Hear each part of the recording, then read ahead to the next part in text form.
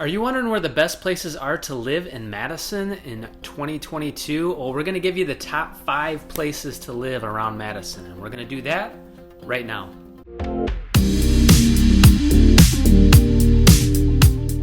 What's up, Madison, and welcome to our channel, Living in Madison, Wisconsin. I'm Joe Marks, Madison's favorite mortgage lender. Yes, and I'm Crystal Marks, and we are your guides to all things Madison, Wisconsin. So if you're wondering what it's like to live in Madison, that's all we do. You've landed in the right place. We make videos exactly about that. So if you want to make sure you don't miss out, don't forget to hit the subscribe button and the notification bell.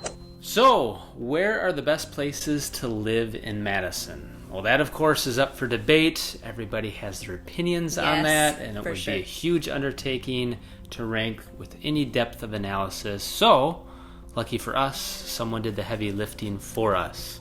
Niche.com. And they looked at 12 different areas and ranked them with grades, the old school grading system from school, F to the A+. And they looked at these 12 different areas. They looked at public schools, they looked at crime and safety, housing, nightlife, whether or not it's good for families, diversity, jobs, weather, cost of living, health and fitness, outdoor activities, and commute times. So, that seems pretty well-rounded. Yeah. So, let's get to it. Okay, number 5 on our list is Verona, which is a southwest suburb of Madison.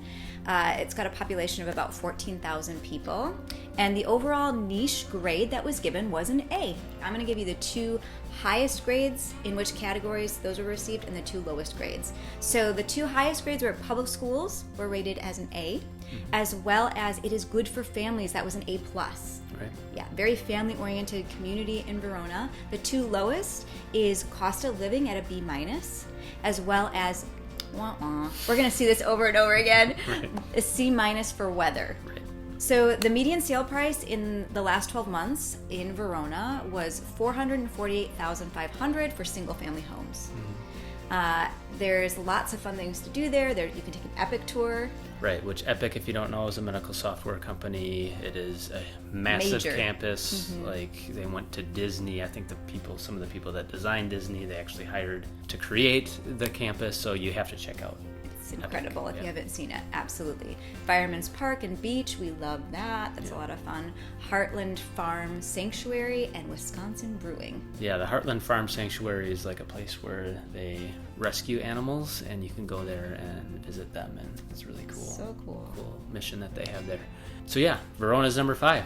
All right, number 4 on our list is Maple Bluff, which a lot of people maybe aren't aware of. Maple Bluff is its own suburb of Madison. It's its own village. It's nestled into Madison there on the northeast side. It's pretty small. There's only 1,300 people. Niche gives it an overall grade of an A. The best scores that it gives it is good for families. There's lots of family-friendly activities there as well. And commute, since it's nestled into Madison, it's a super easy commute into downtown.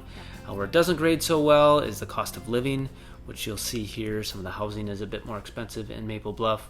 Also diversity, which looks at both ethnicity and income. It gets a C+ on that. And then, of course, always weather. Yeah, that's a C. Yeah, so that's the worst grade on this one, is a C.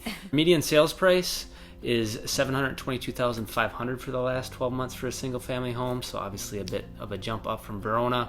Some of the benefits of Maple Bluff, they have gorgeous homes up on the bluff overlooking the Capitol on the lake, on Lake Mendota there.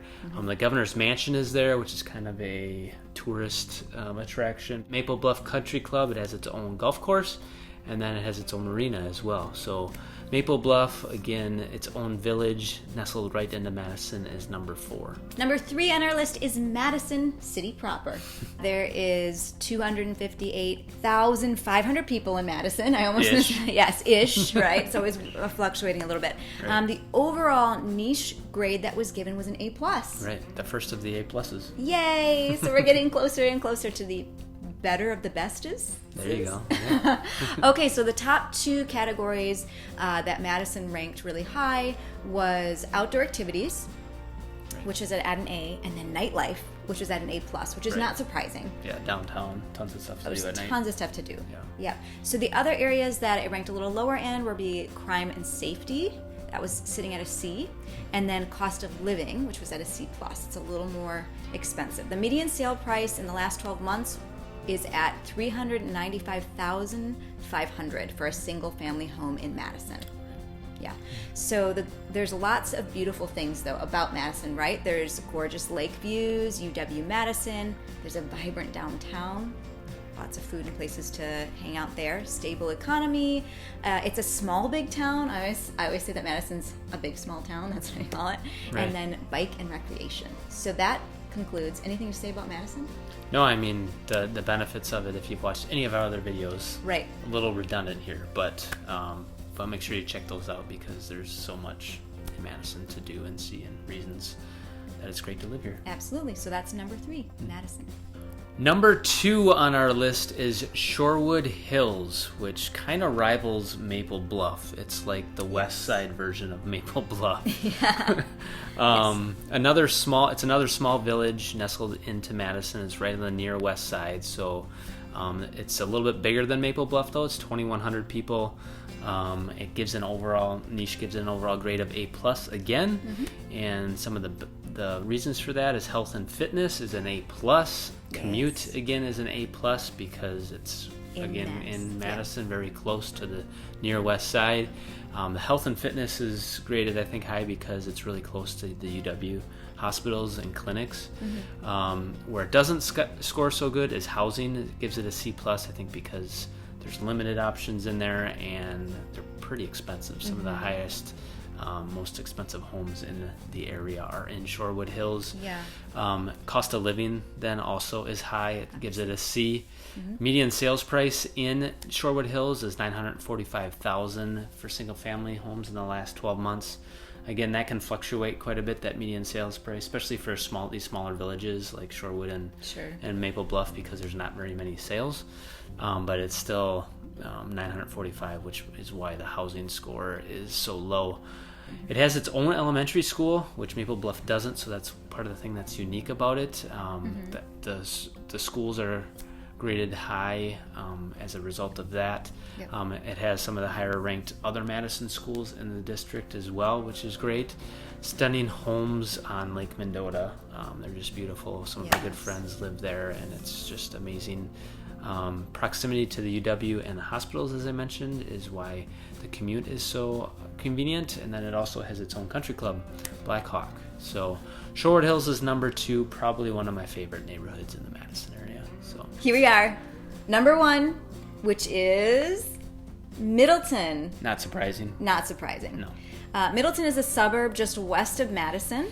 The population there is about 22,000 people, so it's a little bit larger for a suburb. The overall niche grade was an A+. I'm sure that you were shocked by that. The last few have been at A+. But I'll give you the top reasons why. So public schools were rated at A+, as well as good for families. Right. They have their own festival called the Good Neighbor Festival. So says good for families like a good neighbor festival. Exactly right. The areas where it graded a little lower is going to be crime and safety at a B-, as well as cost of living, which is at a C+. Yeah, because it's been rated by Money Magazine as well as one of the best places to live in the country a few times. There's a lot of demand for it, which has brought the cost of living up. Yeah, which makes sense. The median sales price over the last 12 months has been at $606,000 around there for single-family homes, but with good reason, right? So there's gorgeous homes on Lake Mendota, overviewing the capital, charming downtown, highly rated schools, a booming economy. There's a close proximity to Madison, downtown, basically. Yep. Bikes and hiking trails, recreation, Bishop's Bay Country Club, which is a golf. Yeah, it's one of the most beautiful courses in the area. Yep. It's some of the greens overlook the lake that overlooks, and you can see the Capitol from there, so it's just stunning. Yes, beautiful views in Middleton. Yeah, so Middleton is the best. Thank you, niche.com. Places to live in the Madison area in 2022. Well, there you have it. The top 5 places to live in Madison, Wisconsin in 2022 per niche.com. Hopefully you liked it. If you did, please give us a thumbs up, subscribe, and don't forget the notification bell.